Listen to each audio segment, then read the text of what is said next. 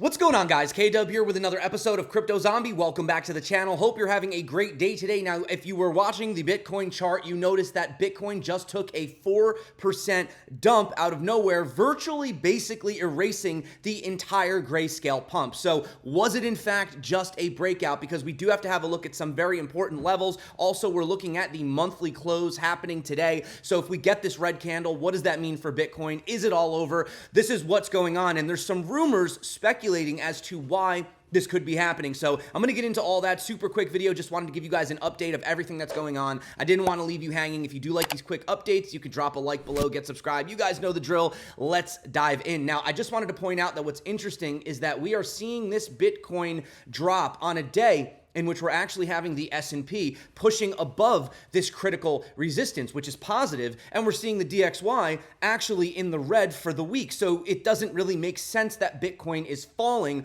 Why is this happening? Now, there is speculation that potentially it has something to do with the BlackRock ETF either getting denied or pushed down the road, or maybe they're just trying to push the price down so that they can buy cheap, right? Those are all those sort of conspiracies, because remember, I told you when the order books are thin, you can push them to the upside a lot easier, but you can also push them to the downside. But what if that's not actually the case? So as we can see right here, and of course, guys, this is just what is happening. These are potential rumors. They're not fully 100%, proven, but I want to let you know probably what's causing this. So about 25 minutes ago, you could see, well, 25 minutes from it's a little more than that by the time you guys are watching, but he says AP Abacus sources state that sealed Binance motions this week are riddled with heavy claims. One source, given the nature of the issues here, surprise we, the SEC, are taking this on. Should be in the hands of the Department of Justice at this point, was instructed to go back and look, etc. And then they're saying that basically Bits Lotto, you guys remember that exchange Bits Lotto that they took down? They're saying that that was pretty much like the practice run, right? Like they were trying to see if they would be able to take down an exchange. And then Not Tiger Global says the DOJ has a 99.6% win rate. Stay safe. It's over. So again, I'm not trying to cause FUD. Look, I have seen every bit of FUD you can imagine. I have seen Binance accused of everything under the sun, okay? And they always come out on top. But the fact that the SEC is basically, or at least rumored to be saying, coming out right now and saying, yeah, I don't think this is a job for us. I think this is a job for the Department of Justice.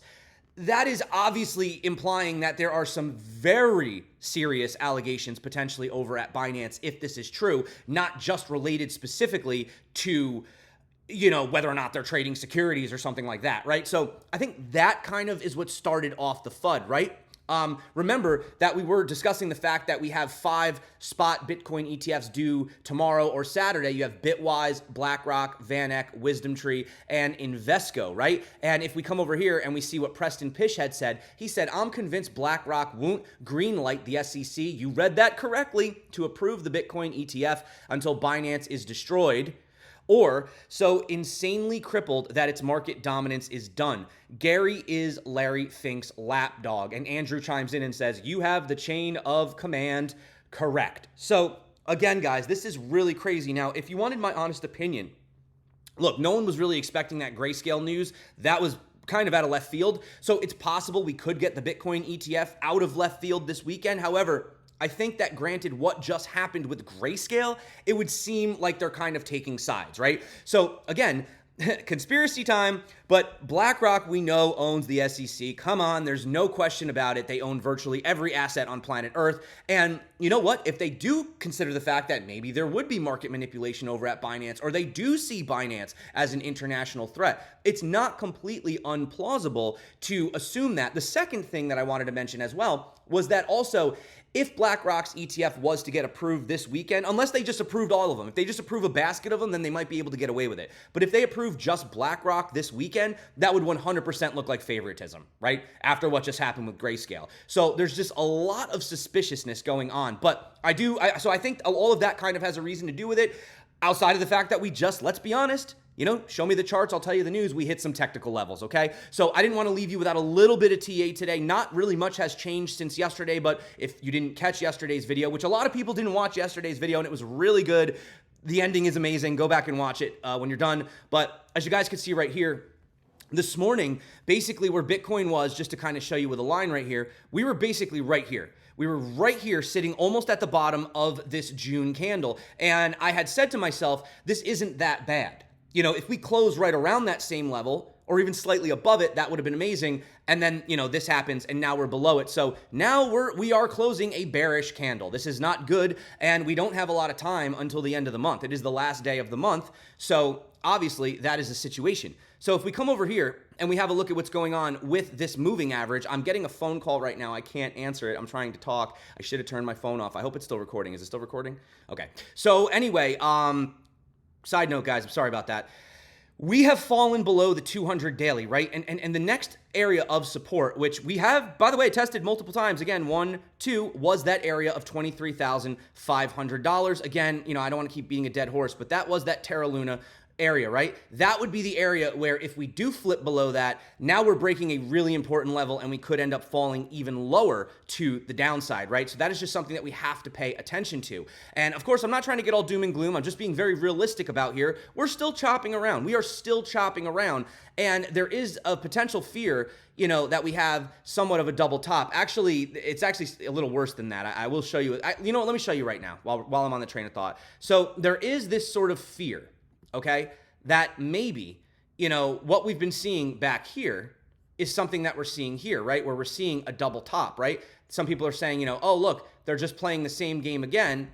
You know, they're just playing the same game again, right? But smaller. So that's a little scary, right? We have this double top and then we have this lower high. We have a double top and then we have this lower high. So some people are saying that. Now, if that does happen, and they do play by the same playbook, then again, I have pointed out the fact that we have this upward sloping trend, and I still suspect that we would stay above that unless, I mean, we go into like World War III or something. I mean, at this point, guys, how much crap has Bitcoin been through? 3 arrows, Celsius, FTX, every single thing that you can possibly imagine, and it's like still holding up, right? We are under the 200 weekly, which is a problem. And again, I don't know. This is the first time I've ever seen this. We could potentially have a death cross coinciding with a golden cross. So that would be a first for Bitcoin's history. Again, massive support VPVR around 20,000. And, you know, the other thing that is a little concerning that people were talking about is we have this giant falling wedge, and we know that that gives us a target of about 47,000. But if we zoom into what we're doing right now, we have the inverse, which is a potential rising wedge, which if you do want to take that and you want to assume that's what we're doing, then from the point we actually broke down, that would bring us down to about $16,500, which would actually set us up for a giant double bottom, which still isn't out of the cards.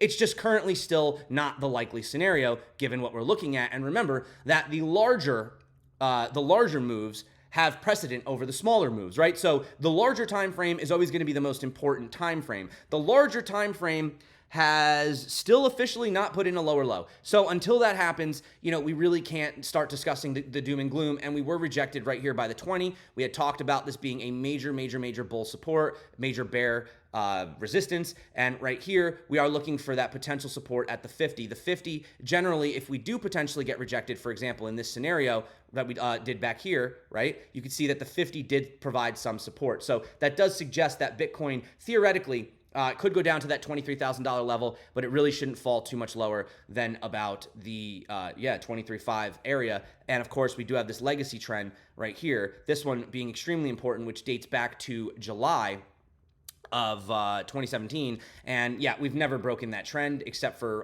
one time in COVID, which we instantly got wicked back up and we never closed below it. So that's it for me today, guys. Thank you so much for coming back to the channel. You guys rock. Hope you enjoyed this quick update. If you do, drop a like. It helps to get this video out to more people. And if you are looking to learn to trade, I have plenty of free tutorials below. And I just broke the news yesterday that we had been looking at an exchange. I vetted it. I wanted to make sure they were legit. And CoinCatch actually is, let's be honest, it's basically a BitGet clone, and they have up to $100,000 daily withdrawals, no KYC. I don't know how long that's going to last. I'm not suggesting you do whatever. That's up to you. I'm just letting you know that's what they do. And they do have a special $10,000 bonus, and just for signing up, you do get $100 to trade if you use the link below. And yeah, like I said, guys, that's about it for me today. So thank you so much for coming back to the channel. Hope you guys are having a wonderful and beautiful day. Drop your comments below. Let me know what you think about everything that's going on. Is it just the charts? Because we're actually not doing what stocks are doing.